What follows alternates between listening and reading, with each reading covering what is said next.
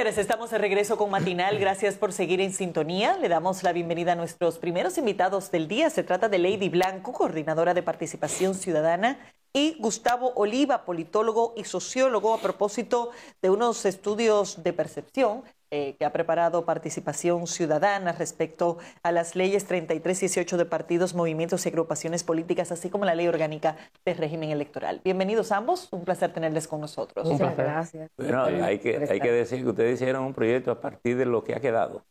Exactamente. Bueno, usted conoce bien todo lo que se ha pasado con las leyes electorales. En el caso de Participación Ciudadana, pienso yo que estaría equivocado.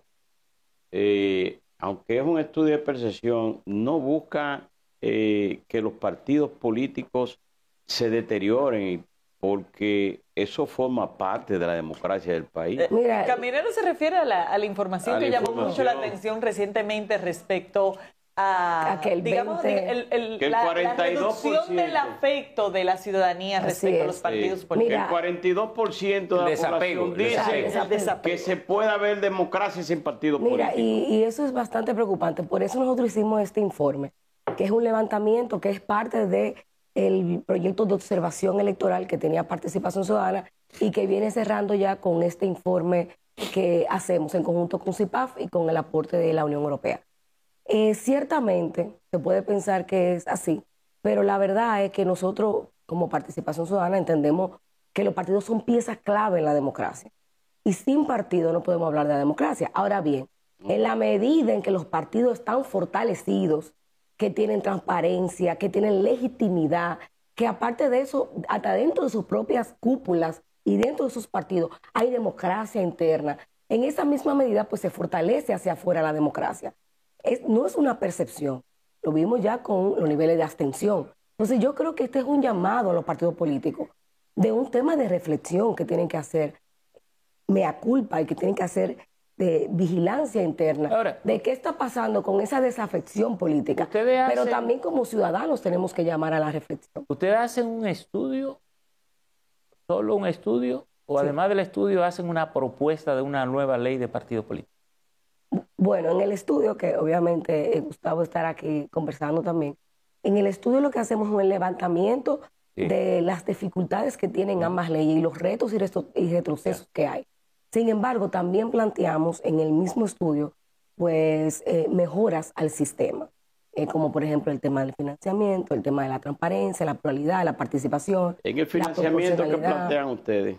Mira, y yo creo que don Percio estuvo ahí trabajando justamente con, hace 2 años, 3 años, cuando tuvimos en el CES, trabajando la reforma a la ley que ahora tenemos la 2023. ¿Pero ustedes están de acuerdo que se elimine o que se siga el financiamiento a los partidos políticos? El financiamiento debe seguirse. Sin embargo, debe ser reducido. Justamente la Junta Central Electoral presentó una propuesta muy valiosa de cara a la reforma de la ley, en donde se disminuía la cantidad de recursos que se le entregaba. Ahí se pusieron todos de acuerdo para decir que no se tocara el todos tema. Se pusieron de acuerdo que no. Y no obstante eso, sino también hablamos de financiamiento diferenciado para mujeres y jóvenes, el tema de la transparencia de esos financiamientos. Y ahora, obviamente, vamos a hablar uno de los hallazgos que para mí fue bastante, quizás, sorprendente, porque a pesar de que nosotros trabajamos el tema electoral, no lo habíamos visto de esta manera. ¿Cuál fue eso? Como, por ejemplo, el nivel de financiamiento opaco. Tenemos el financiamiento privado opaco. El más opaco de Latinoamérica. ¿Qué quiere decir eso? Que los partidos políticos tienen la obligación de hacer un informe, pero no tienen sanción a ese informe financiero. Pero los candidatos, como tal, no tienen la obligación de hacer un reporte, de establecer quiénes son, ahora, de transparentar quiénes son, eso que le aporta a las campañas. En ese financiamiento opaco, ¿se ha podido identificar las fuentes? No. Imposible. Precisamente ese es el problema. la falta de transparencia en la divulgación de las donaciones de campaña. No se sabe ni quién ni en qué monto contribuyen a las campañas de los Porque ahí puede venir dinero del sector privado empresarial, puede venir dinero de los narcos, puede venir dinero de la corrupción. Dinero de todo. De hecho, la justificación del financiamiento público en su momento fue precisamente para evitar ese tipo de contribuciones y la contaminación de la política. La infiltración de intereses privados. Claro, pero ¿qué hay que hacer con relación a este tema? Porque la obligación de presentación del informe está. El informe que presentan los partidos es sumamente precario, sumamente impreciso, no hay ningún tipo de valor agregado en la información que presentan, pero tampoco hay ningún tipo de posibilidad, o quizás la hubiera, de parte de la Junta Central Electoral de regular más este tema, o necesariamente tenemos que ir. No hay un régimen de consecuencias. No hay castigos para el incumplimiento de la ley. Y solamente se exige un previo a la campaña, una especie de proyección. Como lo que tú piensas gastar. Pero no es que los partidos políticos tienen que hacer su informe a la Junta Central Electoral, y si no presenta ese informe no recibe el que sigue, ¿no? No, porque ese es otro informe, ese es el informe del uso de los fondos públicos. Que también presentan uno ahí medio tembloroso, pero este se refiere a los aportes privados. Mira, una de las cosas que también pudimos analizar es el hecho de que a veces como ciudadanos pensamos que la compra del voto se da el día de las elecciones con la retención de la cédula. Y lo que pudimos establecer en el informe es que se utilizan los recursos que se le entregan a los partidos para temas clientelar. Ahí vemos la cantidad de electrodomésticos que se compran en campaña, la cantidad de cama, cuna, bicicleta, nevera. ¿Y cómo lo visualizaron? Hasta abono y fertilizador. Aparte como gasto de campaña. ¿Cómo lo visualizaron? No, esa información es pública. En el portal de transparencia, fíjese el nivel de normalización de ese tipo de gastos. Claro. Que lo reportan. Yo diría que, y yo no sé si esto ustedes lo consideraron, pero yo diría que el asistencialismo del Estado se hace en función electoral. Así es. Desde que se estructuró, desde que el PLD lo estructuró. Yo creo que se hace. Se hace desde el Estado, pero también pudimos visibilizar que es una cultura de los partidos con los recursos que reciben para, se supone, hacer campaña. Que va a la parte de formación, que tampoco vemos cómo se ejecuta esa parte de formación dentro de los partidos. Bueno, una de las denuncias... Entonces ahí sí hay un gran desafío. Una de las denuncias que se hizo en el proceso electoral pasado era que incluso se estaban llevando, ¿cómo que le llaman a la distribución de drogas? ¿A punto de droga? Sí, que se estaban entregando bolsitas de drogas en los barrios a muchachos para que votaran por los partidos. Eso se llegó a denunciar.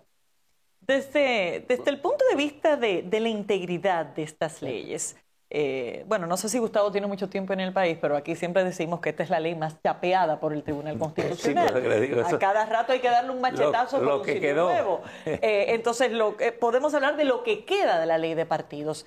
¿Es funcional la ley de partidos en los términos actuales con las mutilaciones que ha tenido por los problemas de constitucionalidad que se han identificado? Difícilmente. Los partidos están muy debilitados. De hecho, los datos muestran que hay una desconsolidación del sistema de partidos. Cada vez el vínculo entre partido y ciudadano es más débil y está más alejado. Hay una desconexión muy, muy evidente. Y en verdad hay muchos puntos que se deberían de intentar reformar. Principalmente el financiamiento por el poderoso incentivo que hay para fomentar ciertas conductas e inhibir otras.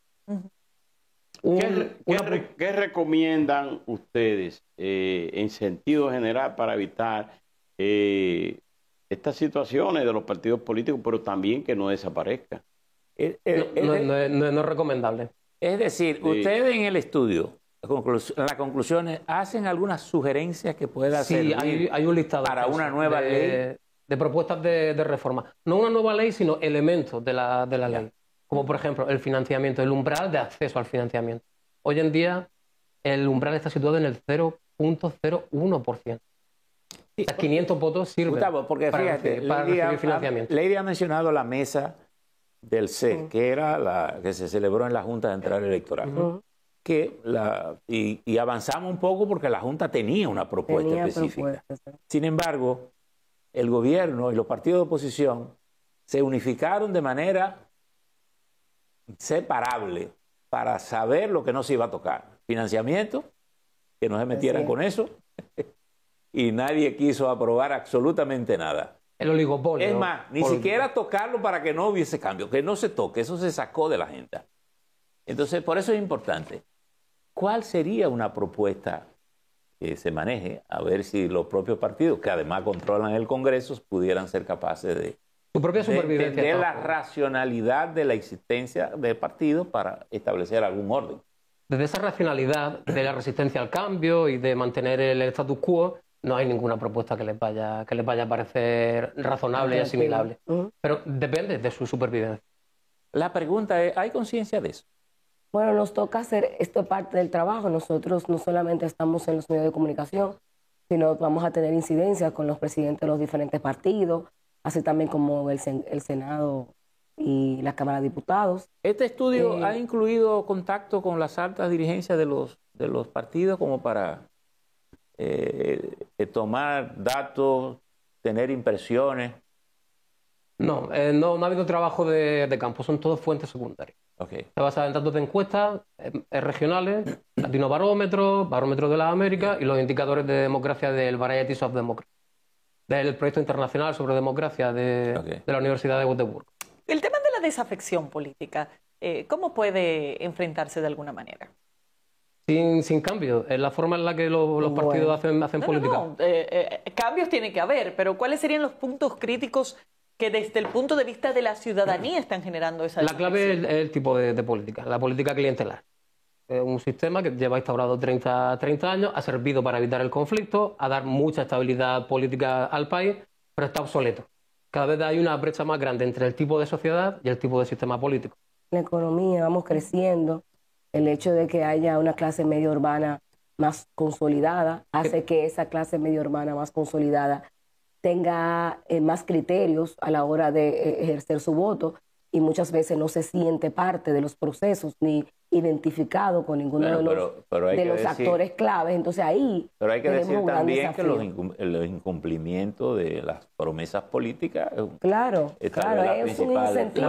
La política articulada en torno a personas y a la distribución de los recursos públicos. Pero hay que también hacer el mea culpa a la sociedad. También la sociedad también ha visto a los partidos como fuente de acceso social y fuente de trabajo. Claro. Entonces hay esa conexión entre un partido de manera clientelar porque me da la posibilidad de acceder a una función pública o porque me da la posibilidad de que un familiar acceda a la función pública o porque me van a dar la ayuda, asistencia, los bonos de asistencia. Entonces, todo ese tipo de esa relación clientelar también ha mantenido a un electorado cautivo, pero no con una ideología, sino con el tema clientelar. Siempre decía que aquí no había una clase gobernante,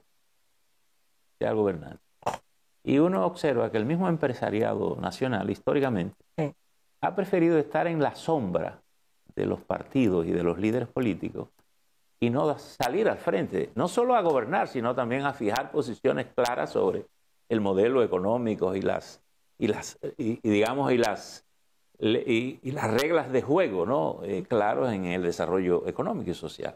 Y ahí puede haber un punto importante de debilidad institucional de la sociedad dominicana. Pero claro, pero por eso decíamos que dentro de una de nuestras preocupaciones, el financiamiento opaco, privado. Porque la medida en que tú ves realmente cuánto aporta, quién aporta y a qué aporta, ya tú te das cuenta que cuál puede ser como ciudadano el camino de ese sector empresarial o de ese presidente o de ese diputado o ese senador, porque realmente el dinero mueve y lleva y sienta en el curul personas vinculadas, puede ser a un sector empresarial, pero también puede ser a temas espurios, al narcotráfico, como lo hemos visto, al lavado de activos, como lo hemos visto, y todo eso son grandes preocupaciones que tenemos. Con esta situación de desafección política que resulta tan evidente, ¿qué lectura tenemos que darle al conflicto en torno a las candidaturas independientes? Lo comentaba antes don Percio, la resistencia al cambio. En realidad las candidaturas independientes bien reguladas podrían servir para canalizar parte de ese descontento, de válvula de escape para la presión que está acumulando el sistema. Y ejemplos hay en América Latina. Por ejemplo, en Panamá, en Chile funcionan totalmente normal, los partidos siguen siendo los actores hegemónicos, pero los candidatos independientes tienen su espacio. La lectura que le dan los partidos parece ser la contraria. Parecería que interpretan que la existencia del mecanismo va a ir en un detrimento directo del sistema de partidos. Ya el sistema de partidos se está fisurando. Es decir, no van a llegar los candidatos independientes para romper el sistema. Y le voy a poner un ejemplo. En Argentina tenemos a Milei. Él no fue un candidato independiente. Tiene ese discurso antielitista, antisistema. Bukele en El Salvador, Jair Bolsonaro en Brasil. Hasta Donald Trump. Donald Trump también. Entonces, este ¿Van estudio... a través cómo van? A través de un partido político. Claro. Que aquí Y son disruptivos. Entonces, no quiere decir que un candidato independiente vaya a ser un disruptivo. Después de la sentencia del Constitucional sobre la candidatura independiente, que ha ido al Senado y los partidos han hecho un arreglo, una de las cosas que se han estado considerando los partidos es eliminar la candidatura independiente para sacar el tema de discusión. Quería el parecer con eso. Y segundo, ¿qué peso tiene el tema de la corrupción en ese desapego, en esa dinámica de conexión de los partidos y las sociedades? Si quieres le contesto primero la segunda y luego dejo a Lady con la primera. No hemos abordado el tema de la corrupción en el informe, pero en general, hasta donde llega mi conocimiento, el tema de la corrupción solamente influye en la desafección ciudadana cuando hay una crisis económica. En América Latina en general, en República Dominicana en particular, en América Latina en general. En condiciones de bonanza económica, la corrupción no suele ser un factor decisivo. No importa tanto. No importa tanto. Ya.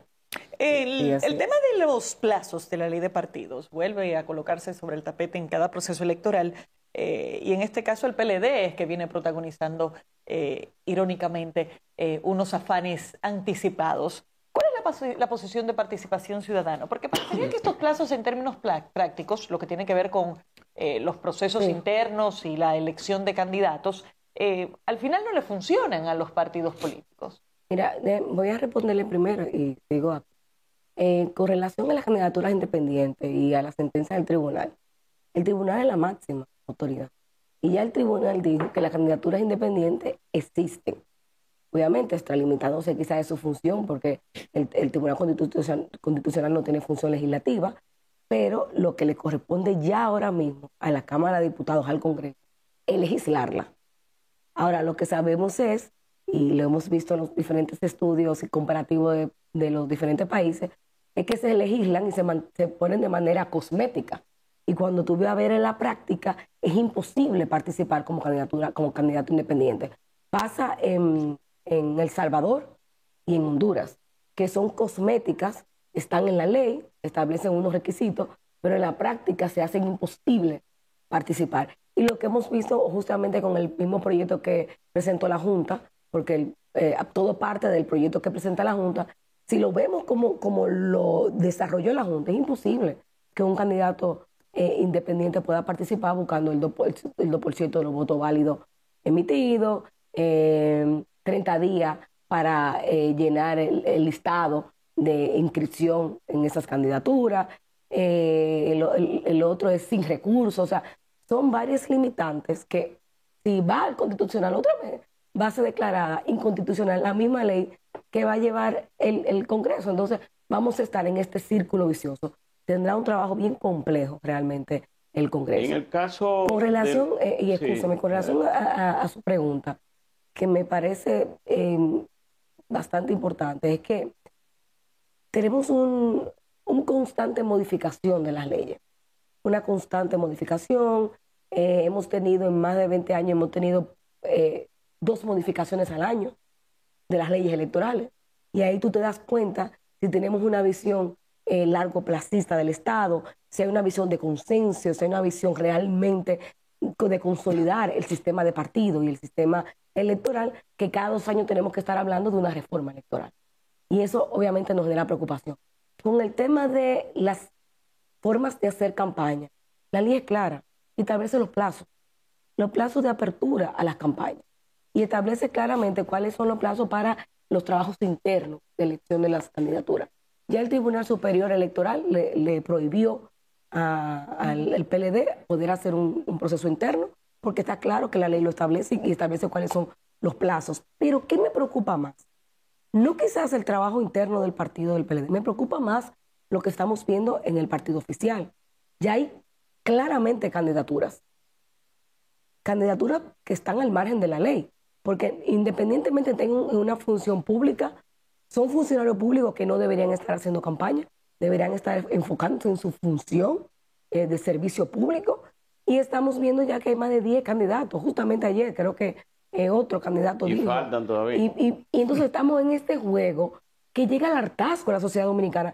Señores, salimos hace un año de una contienda electoral y este gobierno todavía no se ha enfocado en resolver mínimamente su plan de campaña, su promesa de campaña. No estamos hablando otra vez de candidatura. Entonces, obviamente, la Junta no le corresponde. Ni puede hacerlo, pero si tú tienes, tú tienes la alcaldía, tú tienes el ministro de Turismo, tú tienes a Eduardo San Lobatón, tú tienes a Arnaud, a la vicepresidenta, y así siguen. Y ahí hay recursos públicos que se utilizan a través de la plataforma que le da el Estado para visibilizarse dentro de la campaña. Y justamente nosotros tuvimos una reunión en la Cámara de Cuentas y dentro de esa reunión le solicitamos a la Cámara de Cuentas que pusiera la mirada en aquellas instituciones donde ya sabemos que hay posibles candidatos y ver cómo fluctúan los recursos dentro de esas instituciones públicas, cómo se utiliza la publicidad, el gasto en publicidad dentro de esas instituciones públicas. Porque mire que estamos viendo, vemos también a la alcaldesa Carolina, una función territorial, y ya la vemos en todo el país. Y estamos claros que está en campaña. Pero son aspirantes. Pero me gustaría conocer, porque tenemos referentes en América Latina, donde la desaparición de los partidos políticos han traído inventos. Los inventos de Fujimori, el invento de Nicolás Maduro, para no irme un poquito más hacia atrás. Está el caso de Daniel Ortega en Nicaragua. El caso de, bueno, para mencionar solamente eso. ¿Ustedes temen, participación ciudadana, un salto al vacío aquí en República Dominicana? Bueno, yo creo que... ¿Usted cree que los aspirantes que están ahora mismo pudieran ser inventos en la próxima contienda electoral? No creo que puedan ser inventos. La gran mayoría de todos esos aspirantes los conocemos. Creo que independientemente de las críticas que hagamos a los partidos, hay cierto nivel de madurez en términos de entender lo que significa la democracia. Entonces no creo realmente que podamos ir hacia esos extremos que pasa en la región. Fíjate que nosotros hemos sido de los países que, a pesar de tener estos grandes desafíos que tenemos, somos de los que mostramos mayores niveles de fortaleza democrática. Sin embargo, justamente en la encuesta que hizo Gustavo para el Ministerio de Economía, Planificación y Desarrollo, que es la encuesta de cultura democrática, hay indicios que son bastante preocupantes. Con respecto al tema de los partidos, no paro de insistir en lo mismo. El sistema clientelista está llegando al final de su ciclo de vida. Va a haber resistencia, pero mejor tomar medidas ahora que se puede que esperar a que implosione el sistema. Pues en el medio plazo va a pasar. La desconexión es tan grande entre una parte de la sociedad y el sistema político que va a terminar sucediendo. ¿Cómo puede explosionar el sistema? ¿A través de cuáles manifestaciones sociales? Estamos viendo, por ejemplo, de momento está siendo silente, está siendo muy, muy pacífica. Los niveles de abstención. En una elección general que vote menos del 54.5%, creo recordar que fue la participación en la última elección general. Son cifras que serían buenas para una elección municipal. El desinterés, la apatía del síndrome de desafección que comentaba usted antes, se está convirtiendo en hostilidad hacia el sistema. Finalmente, y muy brevemente, Lady, ¿cómo les fue con la nueva Cámara de Cuentas a propósito de esa reunión? Bueno, mira, la Cámara de Cuentas actual nos recibió. Tuvimos una reunión allá, como hemos hecho con otras cámaras de cuentas. Nosotros en esa reunión hicimos solicitudes que entendíamos que eran importantes de cara a fortalecer el tema de la fiscalización. Tuvimos más de 3 años sin realmente tener una Cámara de Cuentas activa, y si hablamos de temas de corrupción y lucha contra la corrupción y a mayor nivel quizás de transparencia, obviamente tiene que tener una Cámara de Cuentas activa, porque es el órgano central de fiscalización del Estado. Entonces ahí nosotros hicimos varias recomendaciones, como por ejemplo, es imposible pensar que donde está el grosso del gasto público, la República Dominicana, que es el Ministerio de Salud, el Ministerio de Educación, Obras Públicas, esos grandes ministerios son los ministerios que tienen años sin ser auditados. Años. En ejemplo, el caso del Ministerio de Educación. El señor Furcal la asumió, pero el señor Furcal lo destituyeron. Lo mandaron ministros sin cartera. Pero ¿qué pasó ahí? Hubieron indicios de corrupción, hubieron indicios de irregularidades. Entonces, obviamente, no tuvimos tampoco esa información de parte de la Cámara de Cuentas sobre qué auditar, qué se está auditando, qué se hizo. Entonces, obviamente, esa es de las grandes preocupaciones que tenemos. El tema también de cómo integrar a la ciudadanía en esa fiscalización, sobre todo en los gobiernos locales. Está el presupuesto participativo y muchas veces la ciudadanía ni sabe qué se hace con ese presupuesto participativo y ni siquiera forma parte del diseño del presupuesto participativo. Entonces, esos son de los grandes desafíos que tenemos. ¿Qué nos dio la Cámara de Cuentas? Yo creo que eso es bastante importante. Con relación a esos grandes ministerios, lo que nos dijo fue que obviamente es complejo poder fiscalizar todo un ministerio, sobre todo el ministerio, uno de los ministerios más complejos que el Ministerio de Educación, pero que ellos van a identificar zonas de riesgo, como por ejemplo las zonas de compras y contrataciones, y estarán auditando esas zonas que pueden ser de grandes riesgos para el tema de la fiscalización. Bueno, muchas gracias. Lady, gracias por haber estado con nosotros, igual a Gustavo. A ambos a propósito de este estudio de la Ley de Partidos Políticos y de régimen electoral. Vamos a una pausa, enseguida volvemos.